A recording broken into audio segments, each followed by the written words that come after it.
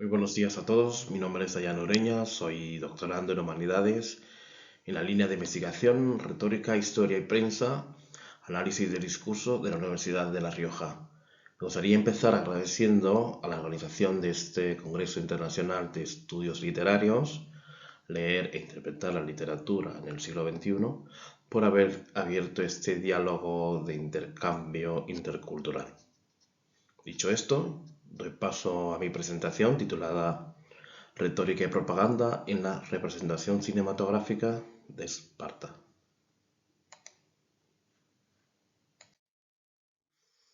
Respecto a los contenidos, mi presentación se estructura de la siguiente manera. En primer lugar, hablaré sobre los objetivos y la metodología. Seguido, hablaré sobre la contextualización, centrándome en las guerras médicas y los aspectos relacionados con la retórica, la historia y el cine. En tercer lugar, pasaré a hablar sobre el análisis de los datos, luego los resultados y las conclusiones y por último una lista de referencias bibliográficas. En cuanto a los objetivos y la metodología, el objetivo fundamental de esta investigación cualitativa es analizar desde la retórica clásica qué mecanismos de persuasión se han empleado en la representación cinematográfica de Esparta. Para ello nos centraremos en las siguientes producciones cinematográficas: El León de Esparta de Rudolf Maltese de 1962, 300 de Zack Snyder de 2006, 300 El origen de un Empire de Noah Munro. En cuanto a la metodología, nos situaremos en primer lugar en el marco histórico y abordaremos las guerras médicas. A partir de aquí partiremos del análisis retórico e ideológico y para ello nos hemos centrado en las siguientes fuentes bibliográficas. En este contexto, Heródoto y sus historias, Tratado de la Argumentación de Jane Perelman, Orientalismo de Edward Said y El choque de civilizaciones de Samuel Huntington. Siguiendo a Aristóteles, la retórica se puede definir como técnica retórica, es decir, la habilidad de descubrir los recursos de índole lógica, psicológica y estética que en cada caso pueden valernos para persuadir y lograr un objetivo de comunicación. Esto es, docere delectare et movere, enseñar, agradar y persuadir. La retórica nace como ciencia del discurso en el siglo V a.C., en lo que se denominó el siglo de Pericles. Por ejemplo, los sofistas entendían que la retórica es un discurso muy poderoso en manos de los hombres. Protágoras nos ha legado la visión del homo mensura, es decir, el hombre es la medida de todas las cosas, y Gorgias, su discurso o su defensa de Helena, entiende o atribuye cierto poder mágico e hipnótico al logos, al discurso. Por lo tanto, la versión de los sofistas es positiva respecto a la retórica. Platón, por su parte, en obras como Apología, Fedro o Sofista, entiende que la retórica resulta, al fin y al cabo, en demagogia. Por lo tanto, el único conocimiento verdadero es el conocimiento científico y por lo tanto la única vía hacia la verdad es la dialéctica. Platón entiende entonces que la retórica debe ser relegada de la república ideal.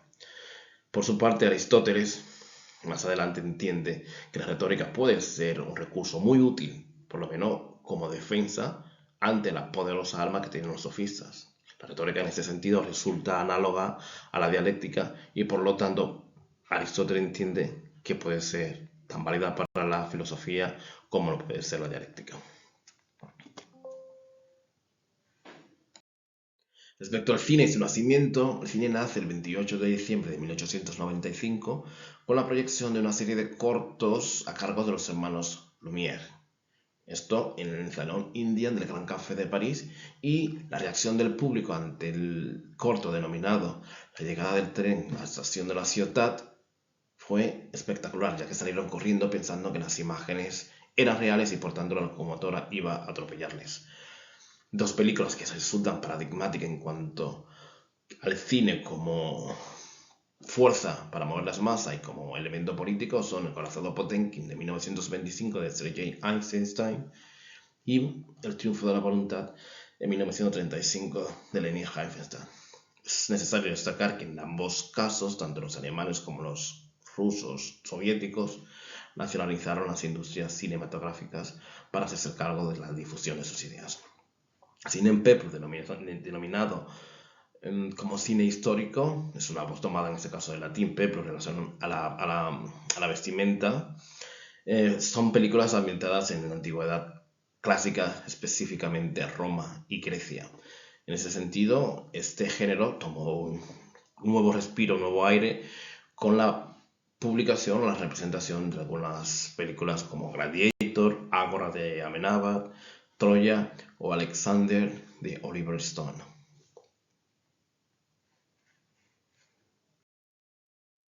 En cuanto al contexto histórico, nos situamos en las guerras médicas, esto es, una serie de enfrentamientos entre el enorme imperio aqueménida enfrentado a las pequeñas polis griegas lideradas por Esparta y Atenas.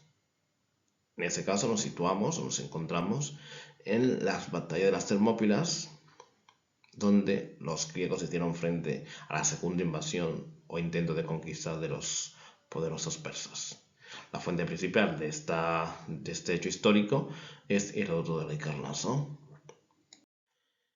Respecto a los mecanismos de persuasión, en este caso retórica de Lezos, es decir, la imagen, nos referimos a las actitudes para inspirar confianza, coherencia y credibilidad que tiene un emisor a la hora de pronunciar un discurso o, en este contexto, para determinar quién es el bueno o quiénes son los villanos en una representación cinematográfica.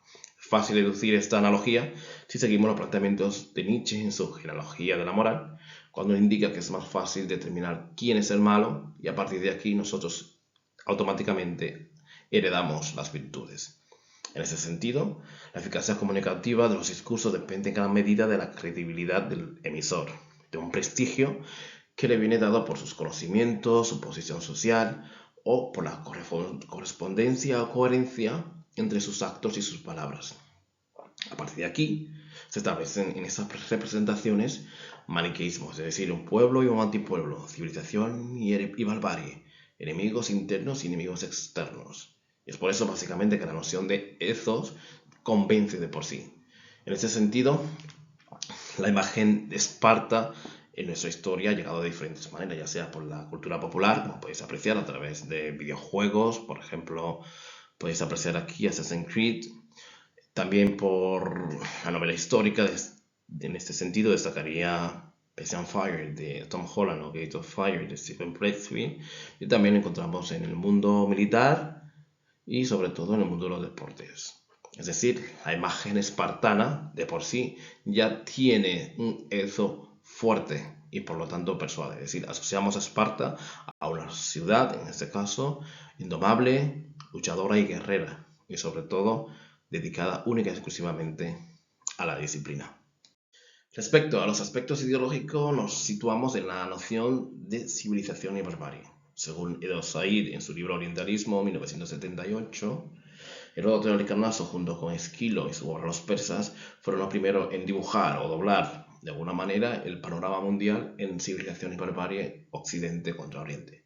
Leemos directamente el proverbio de la obra de Heródoto, las historias, y estas son las investigaciones de Heródoto de Halicarnaso, que publica con la esperanza de conservar la decadencia del recuerdo de lo que ha hecho el hombre y de evitar que las grandes, maravillosas acciones de griegos y bárbaros pierdan su debida gloria y de, a pesar de ello, dejar constancia de los motivos de sus contiendas. Esto es, escribe Heródoto para establecer la diferencia entre civilización y barbarie y, sobre todo, tildar o determinar cuáles son los pueblos bárbaros. Aquellos que no hablan griego en primer lugar y posteriormente aquellos que no viven en el mundo civilizado.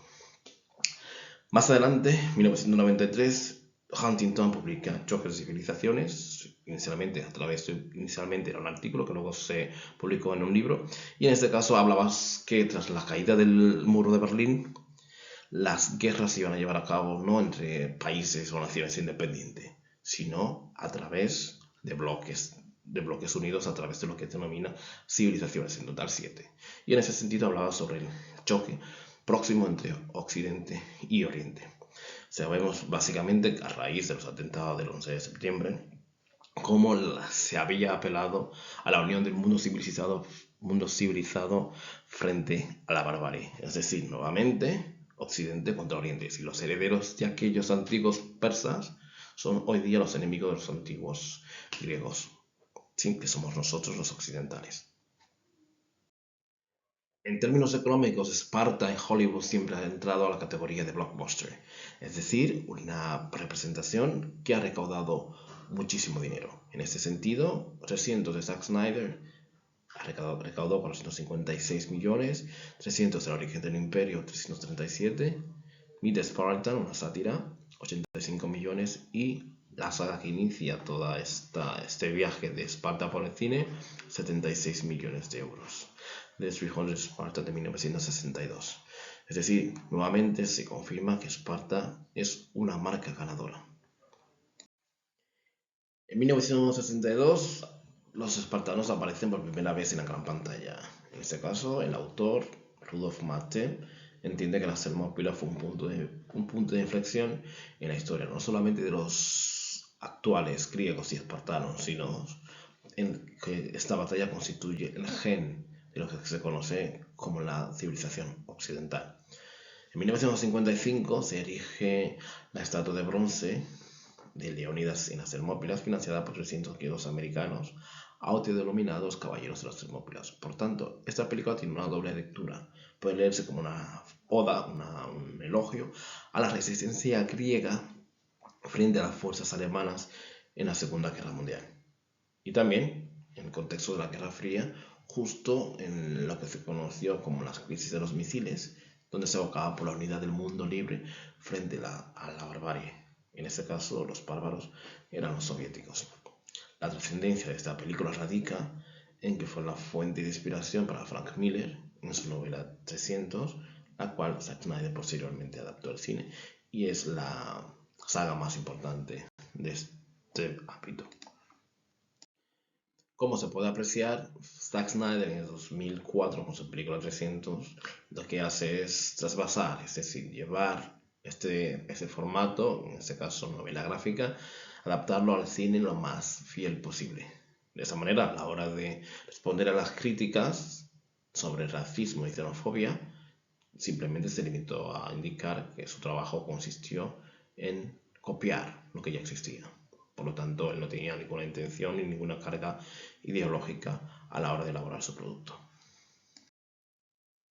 La siguiente aparición del mundo espartano en el cine lo encontramos en 300, El origen de un imperio, de Noam Murro. En síntesis, una recreación de las batallas más importantes del eterno conflicto entre Oriente y Occidente. Dígase, la batalla de Maratón, las Termópilas y Salamina. En este caso, Temístocles es el héroe que aparece en este caso como guía espiritual de todas las polis de Teniente, con Atenas a la cabeza. De esta manera, nuevamente se recrean las fuerzas persas comandadas por Artemisa y sobre todo bajo el dominio del emperador Jerjes I tras la destrucción de Atenas y haber derrotado a los espartanos. En conclusión, en estas producciones se han empleado estrategias retóricas para elaborar un discurso político, y en ellas se refleja la supremacía moral de Occidente, heredero de la tradición grecolatina, especialmente Esparta y Atenas, frente a la barbarie persa comandada por Jerjes I.